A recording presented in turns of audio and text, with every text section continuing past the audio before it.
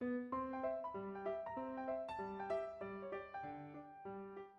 was born on September 26, 1888 in St. Louis, Missouri to a middle-class family.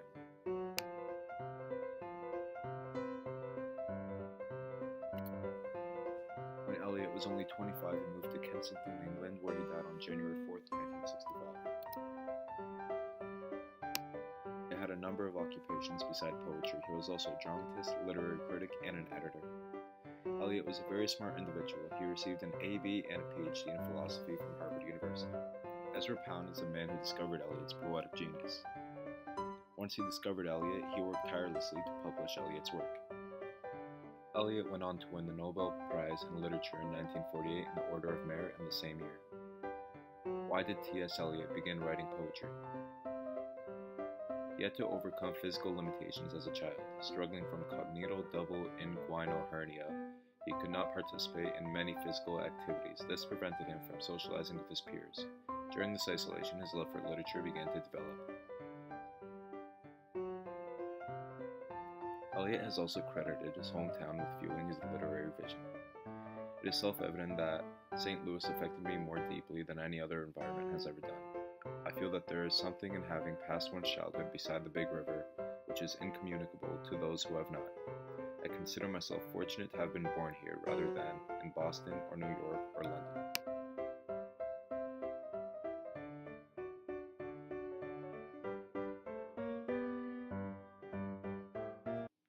Poems, Part 1. The winter evening settles down with smell of steaks in passageways. 6 o'clock. The burnt-out ends of smoky days. And now a gusty shower wraps the grimy scraps of withered leaves about your feet and newspapers from vacant lots.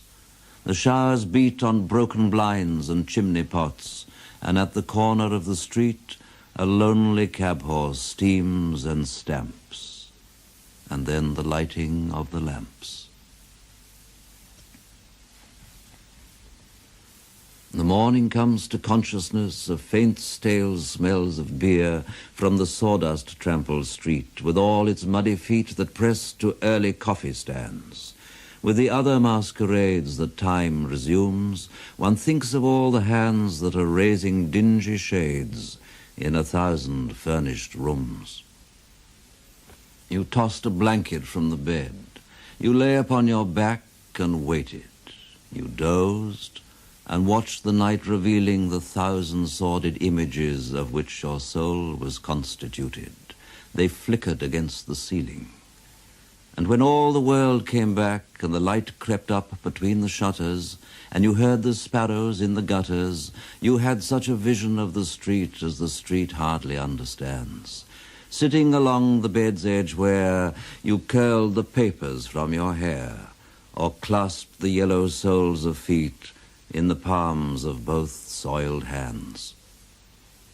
His soul stretched tight across the skies that fade behind a city block, or trampled by insistent feet at 4 and 5 and 6 o'clock, and short square fingers stuffing pipes, and evening newspapers, and eyes assured of certain certainties, the conscience of a blackened street, impatient to assume the world. I am moved by fancies that are curled around these images and cling, the notion of some infinitely gentle, infinitely suffering thing. Wipe your hand across your mouth and laugh. The worlds revolve like ancient women gathering fuel in vacant lots. Preludes has been described as being literal and impressionistic. T.S. Eliot explores a sordid and solitary existence of the spiritually moiled as they play out against the backdrop of the drab modern society. It took Eliot 4 years to compose this poem, which has only 54 lines that are split into 4 parts. These 4 parts are uneven, irregular, and are written in free verse symptomatic of the speaker's stream of consciousness. The abstract description of preludes appears frequently in Eliot's poetry. It is hard to understand what each individual image means, but the add up as a whole begins to make sense. The image in the first stanza sets the context for the rest of the poem. Grimy scraps of withered leaves, newspaper from vacant lots, broken blinds and chimney pots, and the dingy, littered concrete objects of the city. Some literary devices found within this poem include imagery, personification, repetition, and rhyme.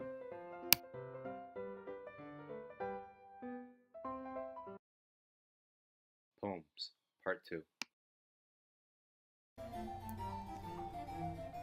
They are rattling breakfast plates in basement kitchens, and along the trampled edges of the street. I am aware of the damp souls of housemaids, sprouting despondently at area gates. The brown waves of fog toss up to me twisted faces from the bottom of the street, and tear from a passer-by with muddy skirts an aimless smile that hovers in the air and vanishes along the level of the roofs. The morning at the window is an images poem. It displays the image of poverty. The picture is of a slum where people live miserable lives. The speaker looks out the window of a house. The speaker may be a visitor of this certain house, which is in an area where poor people live. Images that come to the speaker's eyes are corresponding certain ideas and emotions. Images in the poem correlate with the idea of poverty and feeling sympathy. There is no balance between feelings and ideas in the sense that the images arouse not only feelings in the reader but also provokes thoughts and ideas. The poem is a set of striking images of poverty. The poet says nothing but shows them. Literary devices such as pathos, dystopia, and imagery appear throughout the entire poem. Poem, Part 3. The naming of cats is a difficult matter. It isn't just one of your holiday games. You may think at first I'm as mad as a hatter when I tell you a cat must have 3 different names. First of all, there's the name that the family use daily, such as Peter, Augustus, Alonzo, or James, such as Victor or Jonathan, George or Bill Bailey, all of them sensible, everyday names. There are fancier names if you think they sound sweeter, some for the gentlemen, some for the dames, such as Plato, Admetus, Electra, Demeter, but all of them sensible, everyday names. But I tell you, a cat needs a name that's particular, a name that's peculiar and more dignified. Else how can he keep up his tail perpendicular, or spread out his whiskers, or cherish his pride? Of names of this kind, I can give you a quorum, such as Monkastrap, Quaxo, or Coricopat, such as Bombiliorina, or else Jellilorum, names that never belong to more than one cat.